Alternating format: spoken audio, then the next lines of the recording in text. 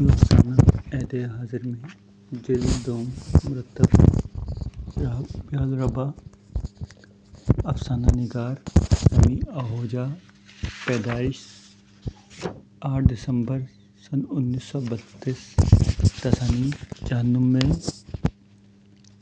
جہنم جوامع افسانے 1982 قید در قید افسانے 2002 طلسم میں دہشت افسانے 2003 ٹڈیرِ الاسمان افسانے 2004 کشکول بدن افسانے 2008 گمشدگی کا اشتہار افسانے 2009 رونمائی میں ضم ہونے کا مجرم افسانے 2009 زندان گردباد افسانے 2010 افسانہ برسات کی رات مشینی درندے کے پیٹ میں رہتے ہوئے اس کے 5 سال بالکل ہی روکھے پھیکے بیت گئے۔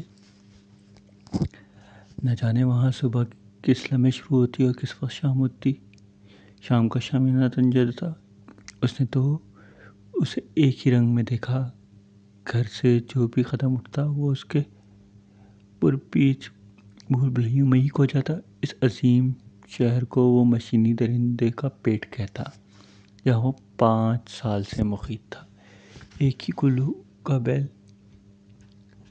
پیسے پیسے اب کی مرتبہ بیٹے اگر تم 100 روپے اور بھیج دو رشید سنارے کا حساب ختم کروں۔ اس بار تم پیسے کم بھیجے ہیں۔ منی آرڈر دیر سے پہنچا تو میں سمجھی کہیں خدا نخواستہ تم اور اسے اپنی حدیں اور بھی واضح طور پر متعین کرنی پڑتی۔ اسٹینڈرڈ مورال مقصد یہ سب الفاظ اس کے ہمراہی ہی ہوتے۔ ہر روز منہ اندھیرے شیو کرتے ہوئے خود ہی اپنا اوپر خول کی طرح چڑھا لیتا۔ آخر کو ماں نے اس کی کمائی سے بہن کی شادی کرنی تھی نا۔ اب تو وہ ماں کے اپنے پاس بلانے کی سوچنے لگا۔ بس ذرا سا قرضہ ہلکا ہو جائے، بس ذرا سا۔ بس یہی تو زندگی کا بس بن کر اسے کے روگ میں دوڑتا رہتا۔ اگر کہیں 15 منٹ دیر ہو جائے تو پھر بے بس، مل سے دیر، پروگریس میں کمی، انکریمنٹ کا فساد اور بونس کا بالکل بند۔ بھیس درندے کے پیٹ کا وہ بھی ایک پرزہ تھا۔ بے بس محترق کوئی ندا کی آواز سے اپنی طرف کھینچ چلاتی، لیکن لوٹنے کی تو کوئی راہ ہی نہیں تھی۔ آخر وہ جا ہی کہاں سکتا تھا۔ برسات کی دھواندھار بارش سے پہلے تو اسے زندگی کے گنگناتے لمحوں کا احساس بھی نہ ہوا تھا۔ جدوجہد کا تصور اسے ہر لمحے شکنجے میں جکڑتا رہتا۔ گرد و نواح میں اس کا بس اتنا ہی رشتہ تھا کہ سڑک پار سامنے والی عمارت میں 2 میاں بیوی رہتے ہیں جن میں گرمی سردی اس کی رات گھر پہنچتے ہی نظر پڑتی تھی۔ صبح جب وہ اپنے کمرے سے نکلتا تو صرف اس فلیٹ میں بلکہ گرد و نواح کے سارے در و دیوار پر مبہمی خاموشی چھائی ہوئی ہوتی تھی اور سڑک پر دوڑتی ہوئی بسوں کا زوردار شور۔ برسات کی اس تندرتی سے جکڑ میں وہ مل سے کالج جانے کے بجائے سیدھی راہ لے کر گھر ہی پہنچا۔ کمرے کا تالا کھول کر جب اندر گھسا تو اسے بوائلر روم سے آنے والے گرم ہواؤں کا احساس ہوا۔ وہ کرسی کھینچ کر بالکنی میں جا بیٹھا۔ تیز ہوا اور بارش کی متواتر برستی موٹی موٹی بوندوں کے علاوہ کوئی شور نہ تھا۔ وہ چند ثانیے تو بارش کے پانی میں ڈوبتی سڑک کو تکتا رہا۔ کتنی کاریں بسیں پانی کی بدولت رک گئی تھیں۔ گرد و نواح کے فلیٹوں کی بالکنی سے نظریں تیرتی ہوئی سامنے والے فلیٹ پر رکیں اور ایسے رکیں کہ جامد ہو گئیں۔ کانوں میں بارش کا شور منجمد ہو گیا۔ فلیٹ سے اٹھتی ہوئی موسیقی کی خاموش لہروں نے اسے اپنے شکنجے میں جکڑ سا لیا۔ کرسی کی پشت پر سر ٹیکے آنکھیں بند کیے وہ مسکرا رہی تھی اور اس کے گردن پر نہ جانے کتنی دیر کسی اجنبی کے ہونٹ جمے ہوئے تھے۔ اس کے ہاتھ اٹھے اور اجنبی کے بالوں میں کنگھی کرنے لگے اور یہی چند لمحوں کا منظر اس کے رگوں پے میں بجلی کے پے در پے شوق لگاتا گیا۔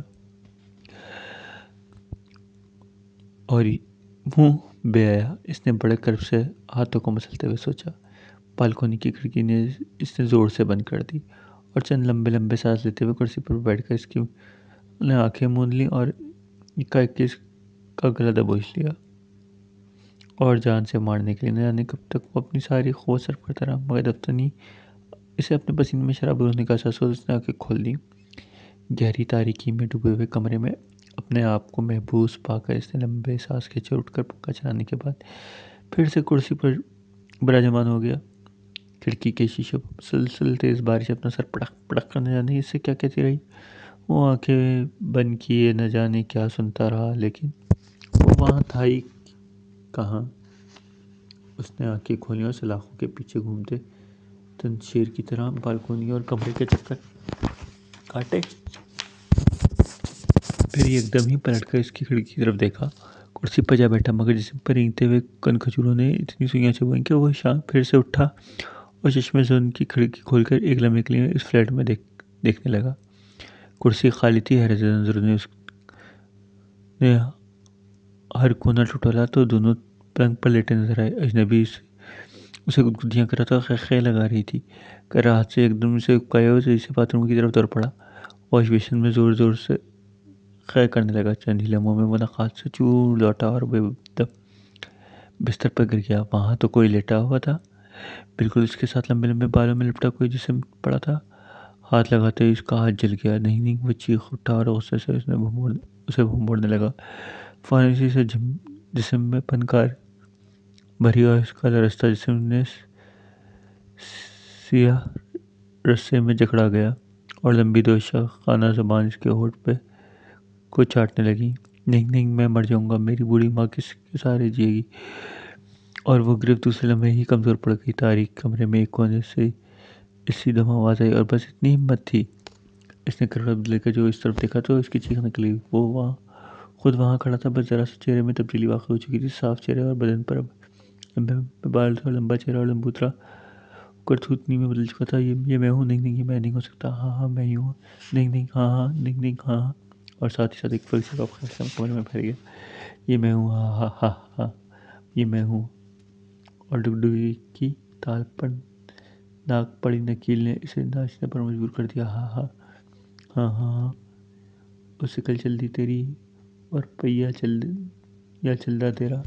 وہ سکل جلدی اور دھاڑتے ہوئے اس نے نکیل توڑوایا اور بستر پر ٹوٹ پڑا۔ مگر وہاں اب ادھر ہی کیا تھا؟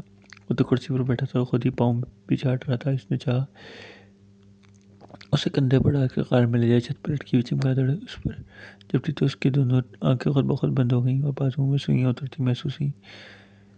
جسم مفلوج سا ہونے لگا۔ اس پر خون کی تاری ہو گئی، مگر جب آنکھ کھلی تو جھریوں پر چہرہ اسے پرو کے پیچھے جھانکتا نظر آیا۔ اس نے اپنا منہ خون میں رنگے ہوئے پرو میں چھپا رکھا تھا۔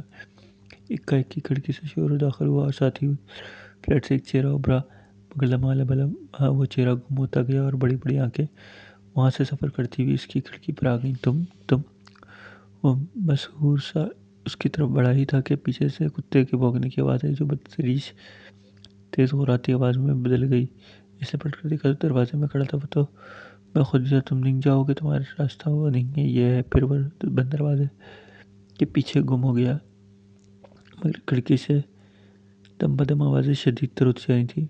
ہرا سمندر، گوبھی چندر، کتنا پانی، ہرا سمندر۔